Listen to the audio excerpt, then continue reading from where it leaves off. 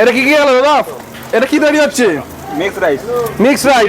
এখানে কি কি গেল দাদা? এক কিলো চিকেন কিলো। এক গেল চিকেন গেল। হাতে কি তোমার? চিংড়ি মাছ। পন। আরে না, লেভেলই আলাদা। এই ফ্রাইড রাইসটার দাম কত হয়েছে? 150 টাকা। 150 টাকা দাম রেখেছো? তাহলে এর মধ্যে রাইস চলে গেল কি?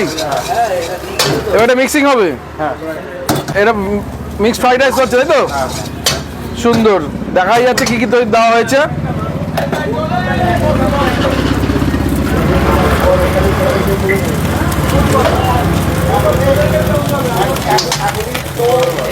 আজিনোমোটো কোনো কিছু দেওয়া হয় না তো তোমাদের? তোমাদের কোনো খাবার আজিনোমোটো দেওয়া হয় কি? না না। আরে না, লাভলি খেলা খেলা খেলা।